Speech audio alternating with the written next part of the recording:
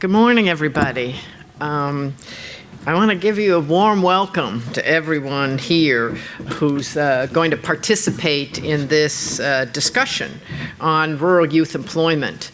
I am the agency chief economist, that's true, but my background is as a labor economist, and so employment and employment policy is definitely my passion. And so I'm thrilled that you all are here today to share that passion. You know, youth development and youth employment has really been on the development agenda for quite some time, actually.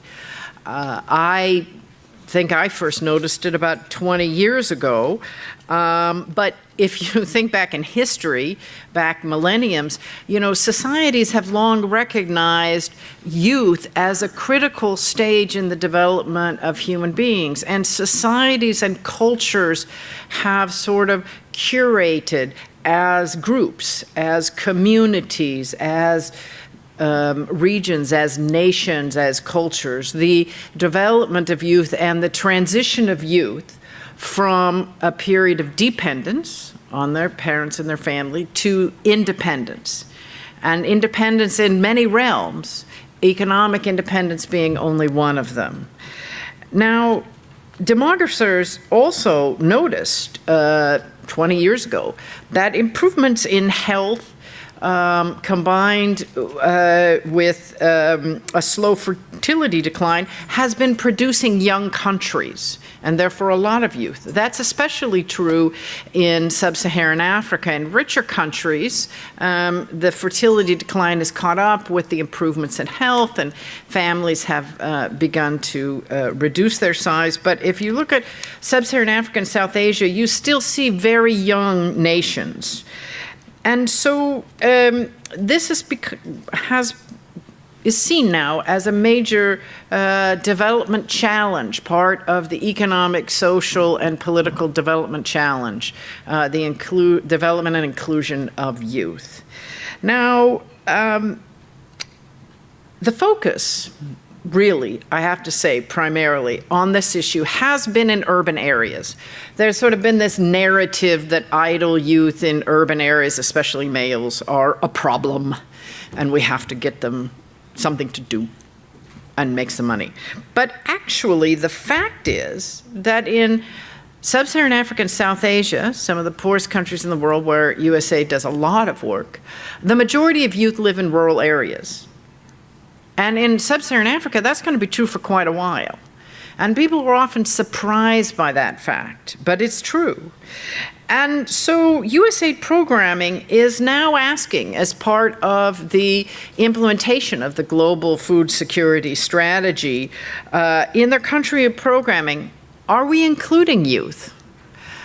As speakers have said, are we maximizing the potential of youth? Are we helping youth in their journey from dependence to independence, especially the economic side of that journey? And are we really helping them as part of the global food security strategy programming? Are we really helping them make that journey? Well, I have to tell you that the answer, at least for USAID, and I would venture to say for many other development partners as well as for countries themselves, is that we don't know. We don't know because we haven't collected the data by age group. We haven't really analyzed youth in rural areas, what they're doing, how they're doing it, why they're doing it. But we will. I'm pleased to say that the Global Food Security Strategy Monitoring and Evaluation Program, as it moves forward to implementation, will collect that disaggregated data. In a few years, we will know a lot about USAID programming and how it's influencing youth employment and youth livelihoods. But in the meantime, what should be done? What are the challenges facing rural youth? How can we make sure that they're included? Now, what we've tried to do today is bring together some people who have been looking at that question and asking that question and trying to collect the data and do the analysis. Today we're going to see both quantitative data. I'm a social scientist. I love numbers. I love statistics. But we're also going to see have qualitative presentations. We're going to hear youth voice themselves, both in the morning today, this morning, and in the afternoon. We're going to hear the voices of youth and their experience with their challenges and how they see it in their environment. Now, USAID is also not alone in looking at this question. This year, the International Food and Agricultural Development Agency, IFAD, has decided to spend a year producing a report on rural youth employment. And a number of us presenting material today are part of that team, doing background papers, helping them and us all to understand this issue better. So we look forward to sharing some of that, but I think, as you'll hear later today, that work has a long way to go as well. So in sum, today we gather to discuss what we know and what we don't know. And we also want to discuss how the research community can help us, all donors and all stakeholders active in this space, all governments, all NGOs, everyone active in this space, spend money more wisely on programming. Because money that's spent poorly on programming and not achieving its objective is money wasted. And as Ambassador Green noted, we don't have time for that. Okay, so we have a full program. We have some conceptual thinking. We have some research review. We have some new numbers. Hopefully we'll have some good discussion. And I hope that this day of discussion will inspire new thinking and produce that robust research agenda that we need. So to kick us off is my friend, Professor Dr. David Shirley from a land-grant university, Michigan State University. And he is a professor of international development in the Department of Food, Agriculture, and Resource Economics. And he's also the co-director of the department's food security group. And he's also a member of the core technical team of MSU's Global Center for Food Systems Innovation. And he's the author of over 20 journal articles, several books, one edited book volume, and dozens of working papers. You can Google him. You'll find out. He's done a lot. So without further ado, Dave, I'd like you to go ahead and get us started on setting the conceptual framework and really teeing up the issues for the whole day. Thank you.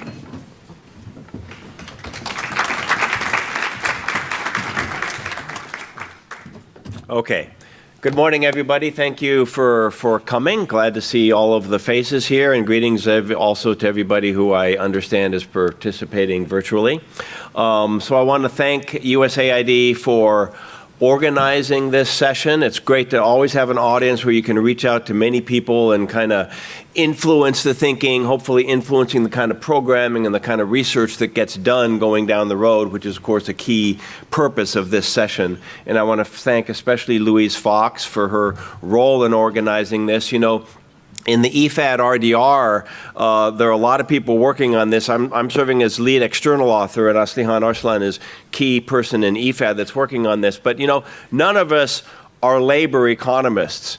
None of us are employment experts, right? Louise is the labor economist. Louise is the employment expert, and she kind of tutors us as we go along and try to bring our other areas of expertise, many of it having to do with transforming agri-food systems, which is so central, of course, to rural youth, to also have what we do be informed by good labor economics, good understanding of employment markets, and so forth.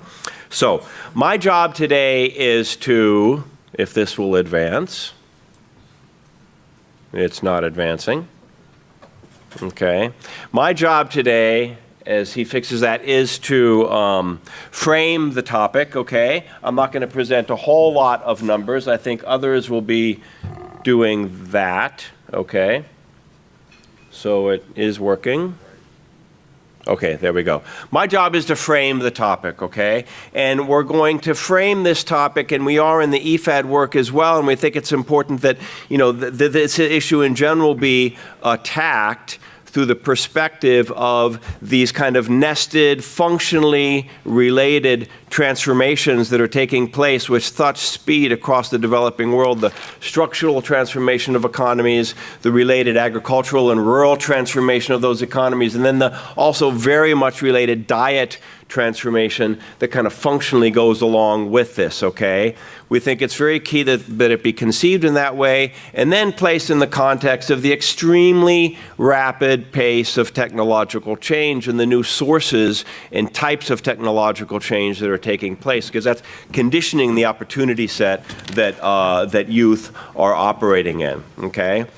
So I think the question of why are we focusing on youth now and why are we focusing on rural youth now will come out of that framing. Because after all, every society always and everywhere is concerned about its youth, right?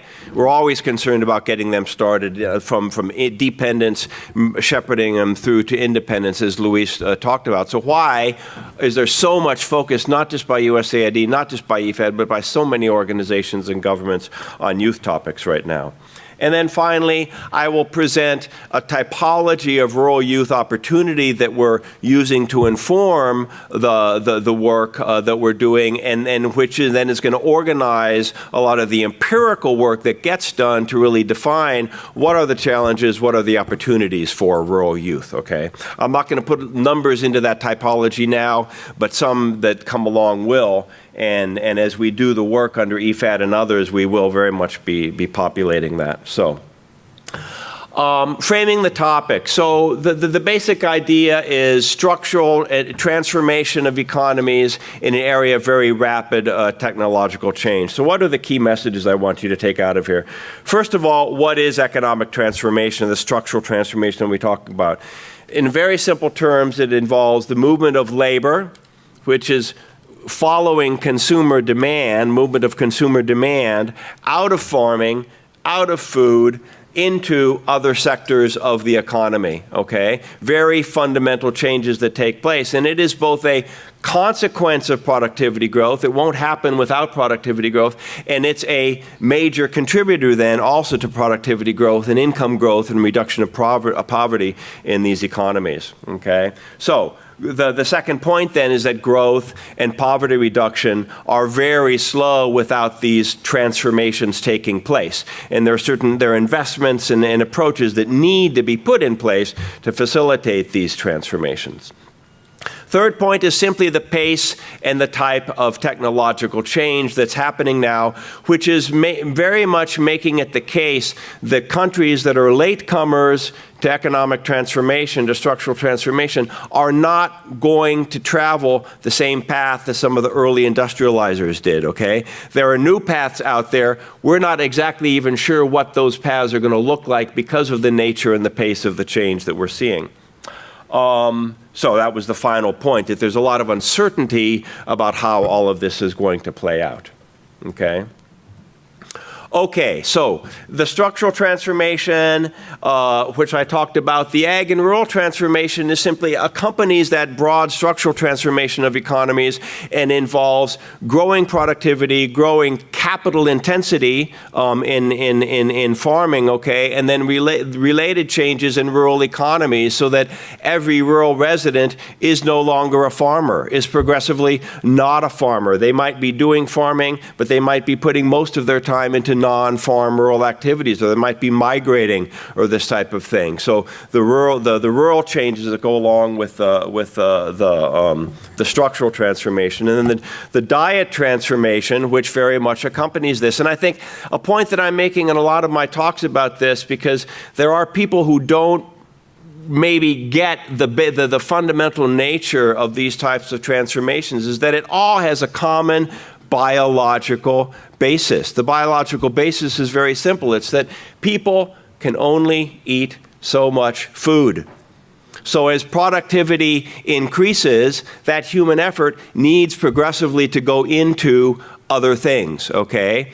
And then, when we talk about, a little bit of what I'll be talking about here, we live in for its good and its ills, we live in a capitalist system, and sophisticated capitalist systems know how to take advantage of human desires for certain types of foods, okay, to promote profits and this type of thing. So, again, for the good and the ill of the systems that we live in, this is another aspect of what we're seeing when we talk about the diet transformation that's going on, okay? Okay, so as I said, as productivity rises, we move from consuming mostly food, okay, to consuming a bit more food, to then consuming better food, to eventually, with our additional income, actually buying very little new food. As my income goes up, I'm not spending a whole lot more money on food, okay? But a farmer or a poor rural resident or a poor urban resident in Africa very much is doing that. But even there, and this is a key thing, they are spending increasing amounts of money on, and I put quotation marks around the term better purposely, on better food, the food that has more value added that comes after the farm, okay? More processing, more perishability, more packaging, more other kind of psychological attributes to the food. And believe it or not, this type of thing is growing very rapidly, even in the poorest African countries now.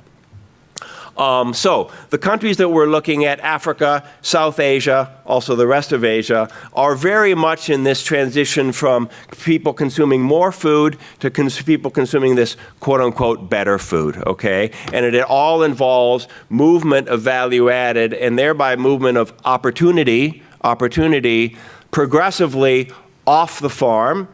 A lot of it is still on the farm, but it's progressively moving off the farm, down the chain in the agri-food system, and in fact, outside of the agri-food system as well, okay?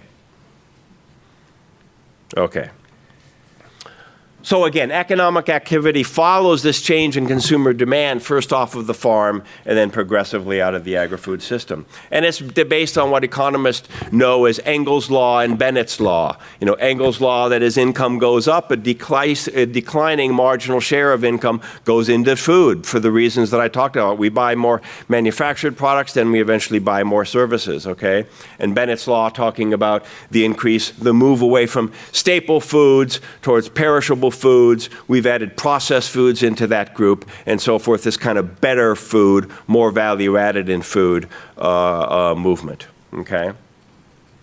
All right, so a key theme here, Tom Ridden will be talking about this later when he does his presentation, but a key theme here is that this transition from, the more food to the better food situation is that it prevents great opportunities, but also massive challenges for smallholder farmers, that's what I mean by SHFs, and for rural, small, and micro enterprises, okay? These are really the core, these are the foundation of economic activity in rural areas of these countries, and it presents tremendous challenges for these types of operators. Both the services and attributes that increasingly become embedded in food because consumers want them are not necessarily easy for a smallholder farmer, a small microenterprise to produce. Okay, great opportunity, also great challenges.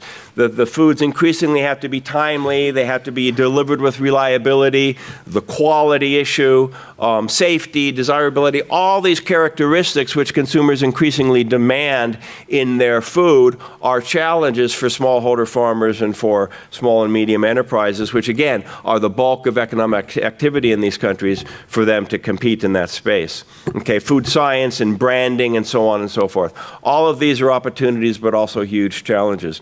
And these are very much being felt all over the developing world, including in Africa, as I said from the beginning here. It's very much advanced, obviously, in Latin America and Asia. In general, Asia is anywhere from far advanced beyond Africa to a bit advanced beyond Africa in all of these kinds of processes. Okay. So, what are the new dynamics of change? Okay, when a lot of people, when they attack this issue of youth, the focus is on numbers, okay? The simple numbers of youth, and I think I have a slide at some point in here that goes into that, the numbers of youth and the huge challenge. Well, that is true. There are more youth in Africa, rapidly growing youth populations in Africa. It's actually not growing in the rest of the world. You'll see that figure. But a key thing here that we're focusing on in the IFAD work is the pace and the nature of change, okay? So the first one is this intelligent automation and employment de-industrialization, the changing nature and locus of employment, not just in developing countries, but because it's happening, not just in developed countries, but because it's happening with great force in the developed countries, it's being extended throughout the world, okay? So we have the digital revolution, we have the robotic revolution, we have the massive logarithmic growth in big data, combined with the digital revolution, which is providing, undreamt of opportunity to build intelligent systems, okay? And so those of you who have seen Star Wars know who those folks are. But it's becoming a reality. We're getting intelligent systems, intelligent robots in manufacturing processes and increasingly in services in the developed world, okay? And the point here is that the developed world does not exist alone. We live in a global economy, okay? And global trade spreads the impacts of these kinds of processes on the amount of labor that's demanded, the type of labor that's demanded, the kinds of skills that are demanded in that labor. It spreads these effects all across the world, and in fact, it then impacts, as I was saying earlier, the kind of paths that are open to some of the late transformers, okay? So there have been huge advances in this as everybody I'm here knows, in this artificial intelligence just over the past 2 years, and it's likely to only speed up, okay? Okay, so again, why does this matter to low and medium income countries, okay?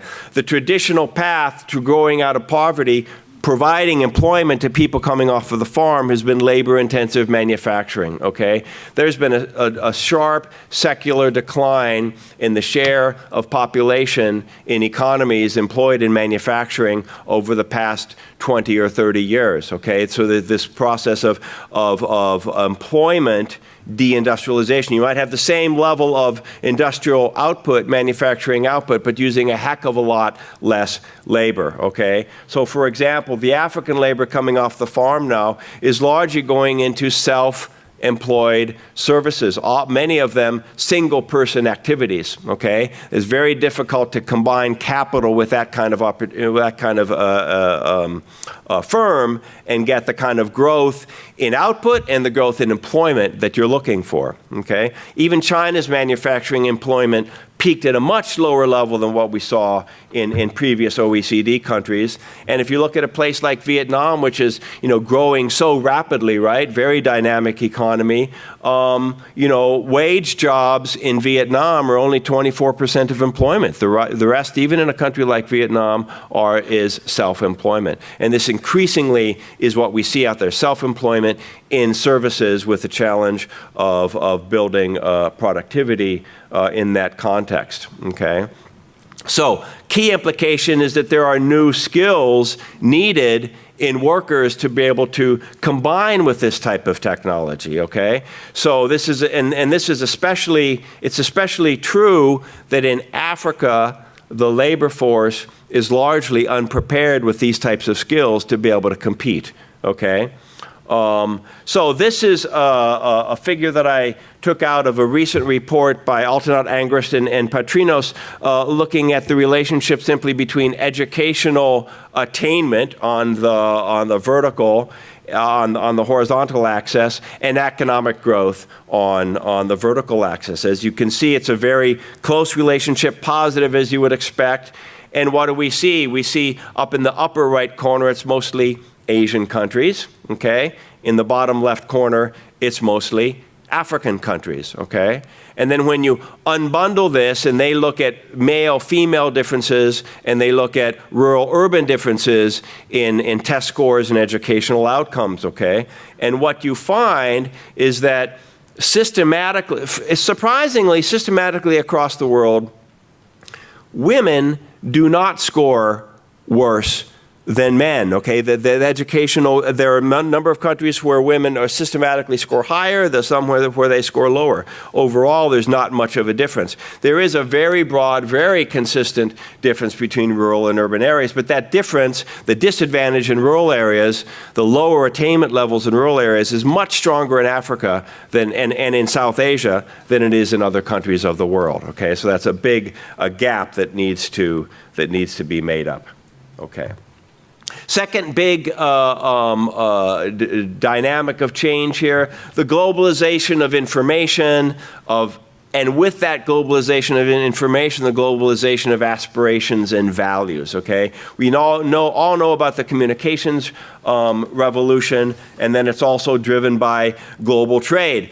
You know, a rural consumer in Tanzania now sees lots of advertising, not just for Coca-Cola, but for Nestle products and all kinds of other modern processed food products, okay? Messaging is instant and it reaches into every corner of the world now, okay? And this has big effects on the diet transformation, which is happening much earlier now. It's happening, the move towards perishable foods, but then also processed foods is happening at much lower levels of income than it was happening in the past, very much due to this global trade and the globalization of aspirations through the globalization of information and messaging, okay?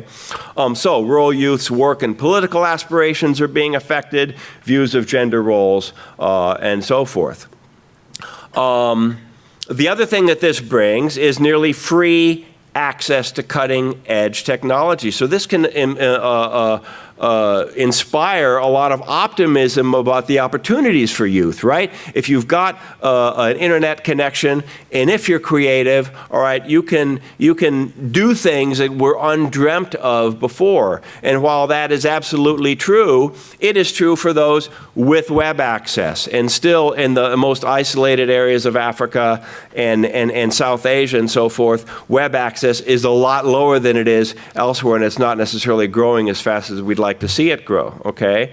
As I said, it could facilitate an entrepreneurial response, but to the extent to which rural youth, especially rural youth, are able to respond to these opportunities is generally certainly lower, and it depends a tremendous amount on public policy, public investment that can facilitate the private investment that's needed to provide this kind of access, okay?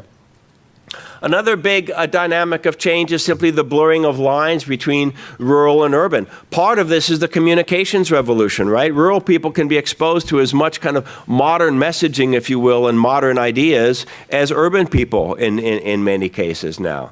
We also see rising rural population densities. You know, in general, Africa is a relatively low density continent, but when you look at where people actually live in Africa, even in rural areas, they live in relatively highly densely populated rural areas for rural, okay? So these kind of average population density figures can be quite misleading, and rural densities are increasing rapidly.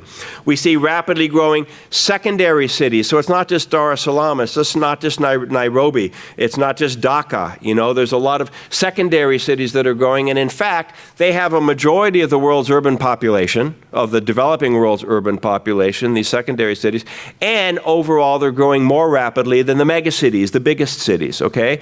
And they tend to be geographically closer to rural areas, and with proper investments can then become motors of growth for these rural areas because rural-urban linkages are so important. So this just changes the spatial distribution or the gradient of opportunity, and thus very much the nature of mobility. So you have a lot of temporary migration now, you have commuting now in areas of Latin America and Asia, not so much yet in Africa, but it will be coming up. So this distinction between rural-urban is becoming increasingly less useful, okay? And we are trying to reflect that in the IFAD work with a different approach to that whole issue, okay? Quickly on diet change and the nutrition transition, why am I talking about this? And I'm talking about it because 20 years ago, nobody thought about the rise of obesity and non-communicable diseases in the developing world, okay? It wasn't on the map. It's now a major problem in Latin America, a huge problem in Latin America.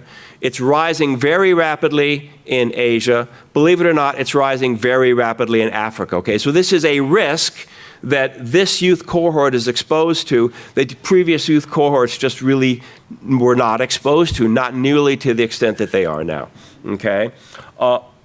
I keep hitting the wrong button. There we go. And it comes along with a simultaneous persistence of micronutrient deficiencies. So we talk about this triple burden of malnutrition. You have continuing undernutrition. You have rising excess consumption leading to obesity and so forth, and you have continuing micronutrient deficiencies. So this just shows declining trends in stunting, declining trends in wasting. At the same time, this now is trends in adult overweight and obesity, men, women, et cetera, and all those bars are going up across, for all of those groups. This is an example from Tanzania. So this is a really rising problem, okay? I think I'm going to skip over that. Climate change and stress on natural resources, obviously a major issue that we're all aware of. The key point here is that both agroclimatically, okay, and in terms of the human systems that are in place to deal with it, the risks of climate change and the impacts of climate change are likely to be substantially higher in Africa, in areas of South Asia, than they are in other portions of the world, okay?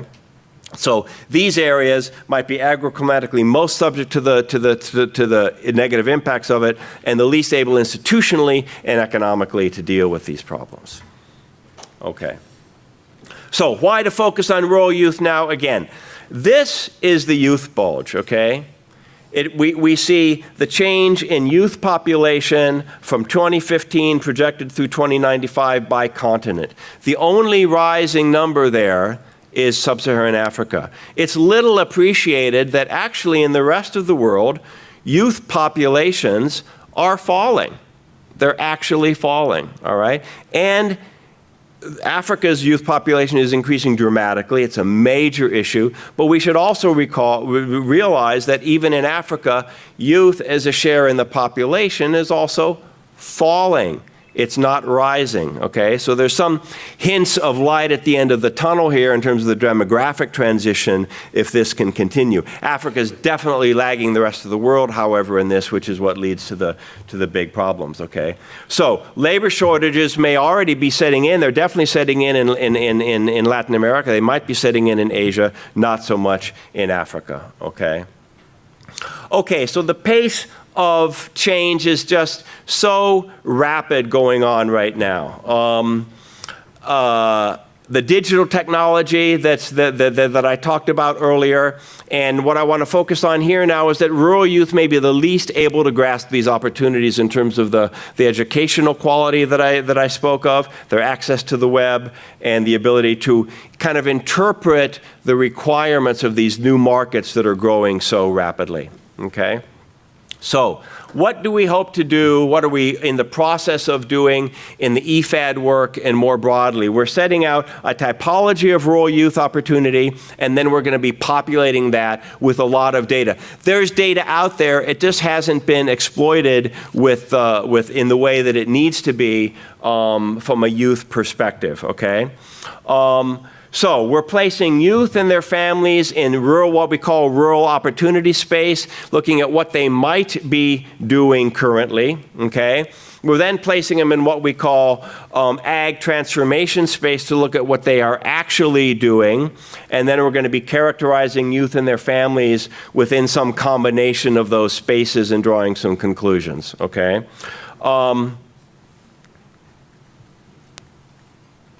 Okay. There we go. So I won't go into all of this too much. I've got about 1 minute left. And so what I want to end with is this point right here. Implicit in our approach, and we think it's the appropriate approach, is that above all, youth need generic economic constraints to be developed. So in other words, the challenges for youth, to a great extent, are the same challenges that non-youth face. They need to have a positive policy environment. They need to be operating in an institutional environment that functions. They need to be involving in an infrastructural environment that will increase the payoff to their economic opportunities. That's the first and foremost challenge. The question then is, what additional steps can be taken to address specific youth cognitive deficits, experiential deficits, deficits in access to resources to allow them to make this transition from dependence on broader society and on their families into independence. So that's the transition into what Louise is going to be talking about now, where she'll be reviewing what really is the evidence base of, given the current status of these economic systems, institutionally, policy-wise, infrastructurally wise, okay, given what they are like, what's the evidence about the impact of specific focused programs and interventions to address some of these youth deficits and promote more youth employment and more remunerative youth employment. So, thank you. Great.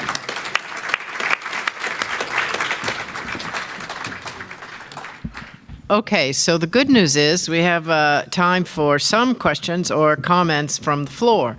I'd like first to turn to our BIFAD members and see if any of you wish to ask a question or a comment.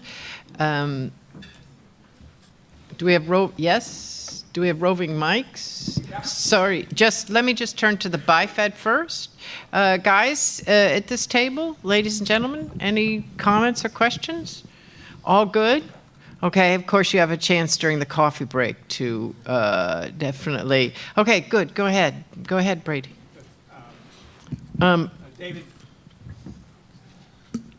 David, in your chart a moment ago on the growth education trade-off, I believe, or the growth education profile, the USA, I was wondering if you had looked at where the USA stood there and that constellation of countries around it to see if there was any, sort of obvious insight to be gained from that. It caught my eye. So the U.S. is not in that bottom circle, but they're closer to that bottom circle than they are to that top circle, okay? So I think we all know that, all kinds of assessments of U.S. educational performance and achievement of students, and that data was at primary and secondary level, right? We lag the rest of the world, there's no question. We have some of the best universities in the world, although that gap is also being closed. But at primary and secondary level, our achievement levels are relatively low. And I think the low, so that graph is likely to be somewhat affected also by simply the level of income and the phase of transformation in which a country is. A China or a Vietnam can grow a lot faster than a U.S. can because of the situation that it's in. We're a mature economy and so forth. But yeah, we're not that far outside of that bottom group. So just to say that data was put together by the team at the World Bank that did the World Development on Education this year, and their point was that it's not whether kids are in school that correlates with economic growth, it's whether they learn something while they're in school. Right. So that's really the point of that table, and to show that low income countries have a lot of kids in school, almost universal primary enrollment, but they're not learning enough. That's really the point of that. Let's see, I had a question over here. Hi, my name is Vice President Monica Dorha. I work as risk management, international relations here in Washington. I'm the longest serving 12 years Vice President international relations in 197 countries. Although I serve at World Bank for the staff associations. I also serve at large here in Washington. And I wanted to thank Peter McPherson. He was my president of Michigan State. I wanted to mention Mark Green, congratulations. I've done all 8 years of Obama administration and Bush administration. I was here in Washington. I'm one of the old, I seem young, but I'm not. I also wanted to thank Mark Keenum, President. I'm also a little bit of a host here in Washington in many ways. So I wanted to thank, and my question to you, I've done 8 years of Obama administration. I've done more food events than you can ever imagine. Obama administration, when he left, he said, I leave behind 10 points, 10 issues that will never be solved. One was the Middle East crisis. The second was the variation in the price of oil.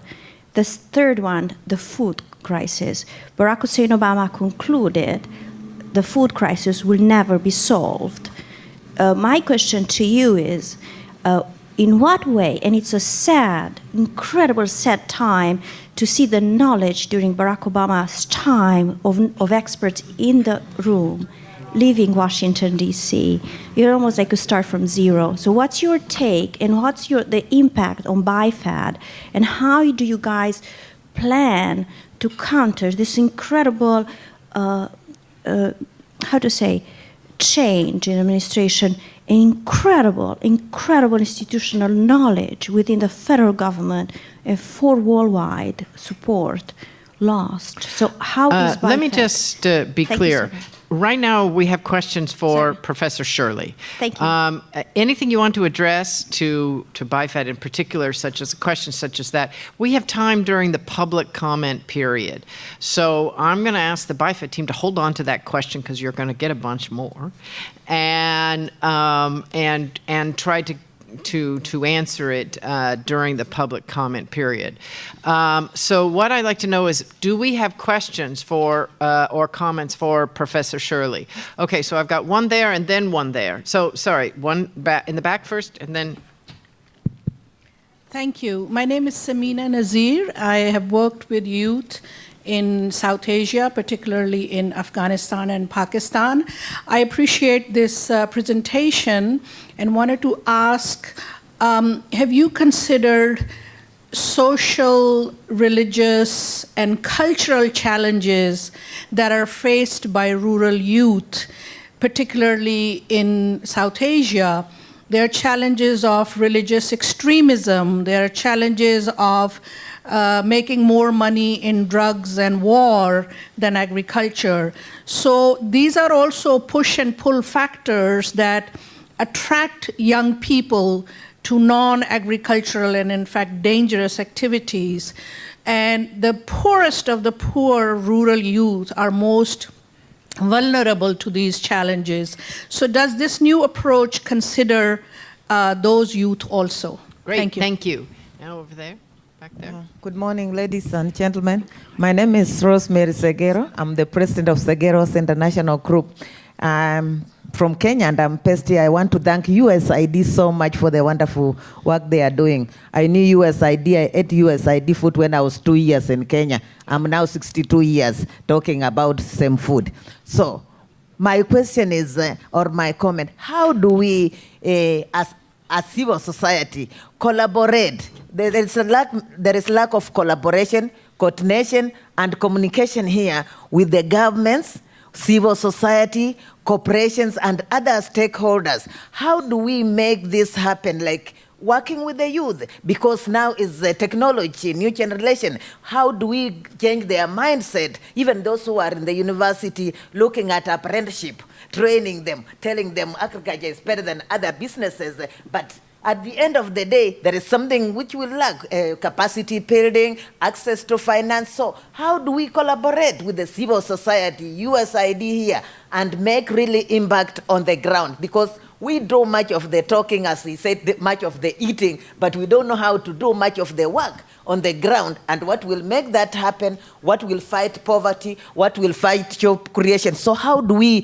collaborate with you from now on the ground? The CPOs, the civil society, the NGOs. Let's sit on the table, all of us, with BIFAD. So when you are talking about money to go to Kenya, where I come from, rural area, I'm sitting, I know what is going there. So that's my question. How do we sit on the table with you and make sure everything is well and people are eating well and nutrition?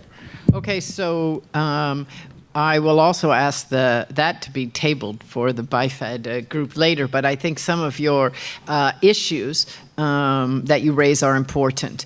Did we have another question for Professor Shirley on his presentation? Oh, yep, there we are, Mike McCabe. Our agency youth coordinator. Okay. Thanks. Mike McCabe with USAID. Thank you so much for the great presentation and the key insights and points. I guess as you came to the end on the typology, one of my big questions was, as you said, that youth see a lot of the same generic economic development constraints, and yet we need to look at the specific parts. I think one of the big challenges that was mentioned earlier by Luis is, as we start to do this research, how do we break down this monolithic view of youth in Africa or youth in agriculture? Because as was mentioned by a colleague back there, if we were to drill down a bit more, looking at the gender differences or what we're doing at the various phases of adolescent development into emerging adulthood, I think the image changes quite a bit, not only by country, but looking at ethnic differences, looking at gender differences, age disaggregated. And then the other piece that increasingly is a megatrend that perhaps wasn't mentioned yet, but we need to be looking a little bit more at, is people on the move is a megatrend right now. And that migration, as you said, are moving from, at least in Africa, from rural areas into the rural secondary cities. But the bigger megatrend right now that USAID is also focused on is displaced persons internally and refugees. And how do we start to build that into some of our research to say, it's complex enough in a stable environment. As we move into fragile environments, what needs to change in our research and our policies and our programming to deal with displaced populations? So any thoughts you have on that? Great. And we have one in the back, and then I think I'll give Dave a chance to answer some of those questions. Yes, hi. My question has to do with, related to the first question.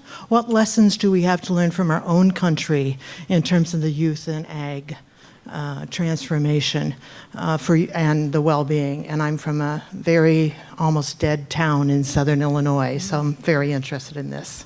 That's great. Okay, sir.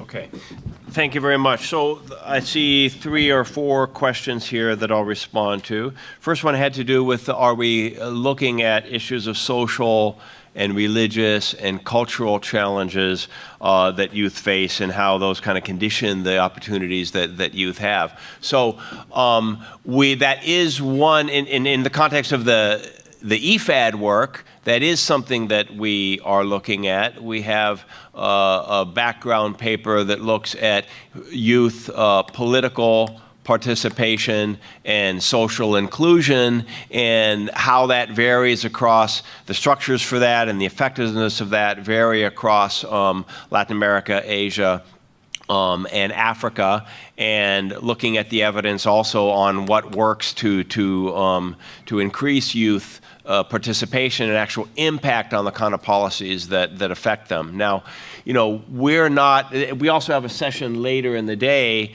regarding gender, and that'll be a key focus in the report that we do. That's a key kind of distinguisher of opportunity and perhaps determinant in many contexts of exclusion.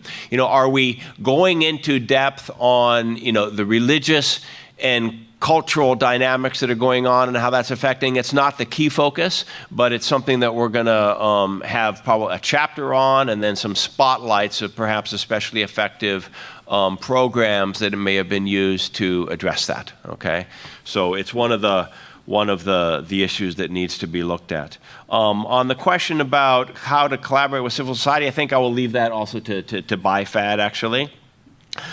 Mike, you asked about how can we break down kind of this monolithic conception of youth. That was your first question, and then you spoke specifically on the issue of displaced persons. So one of the things we absolutely want to do, we're going to be using LSMS and LSMS type data. This is Living Standards Measurement Survey household level data sets across Africa, 3 or 4 countries of Asia, 2 to 4, we hope the 4 countries of Latin America, okay, that actually have a lot of data on youth, because it's collected at the individual level. It talks about what kind of economic activities they're engaged in. We can, if the official definition we're using is 15 to 24, but we know that 15 to 18 can be quite different from, 19 to 24. It's from the dependence into the more independence transition phase.